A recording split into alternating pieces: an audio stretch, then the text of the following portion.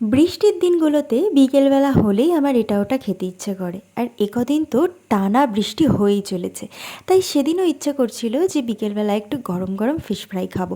তবে আমরা যে লোকেশনে ছিলাম আশেপাশে কোনো ভালো ফিশ ফ্রাই খাওয়ার জায়গা ছিল না। তাই আমরা ঠিক করলাম যে আজকে কোয়েস্টের একদম টপ ফ্লোরে এই আইরিশ হাউসে ট্রাই করব নতুন কিছু। আইরিশ হাউসের ভেতরটা কিন্তু ছোট্টর মধ্যে বেশ কোজি অ্যাম্বিয়েন্স ছিল। তোমরা যারা একটু ডার্ক থিম পছন্দ করো তারা একবার ট্রাই করতেই পারো। প্রথমে আমরা অর্ডার করেছিলাম একটা কসমোপলিটন, আর তার সাথে এই পোর্টোফিনো গ্রিল ফিশ। যদিও মাছটা দেখে মনে হচ্ছে বেশ নরম ছিল, তবে খেতে এতটাও কিন্তু ফ্রেশ ছিল না। স্ম্যাশড পটেটো থেকে শুরু করে গ্রিল ফিশের যে সসটা, কোনোটাই আমার একদমই ভালো লাগেনি। আর তার সাথে যে সটেড গ্রিন বিনসগুলো ছিল সেটাও পুরোপুরি কাঁচা ছিল। তবে হ্যাঁ, একটা কথা না বললেই নয়, ওদের দাম অনুযায়ী খাবারের কোয়ালিটি কিন্তু একদমই ভালো ছিল না।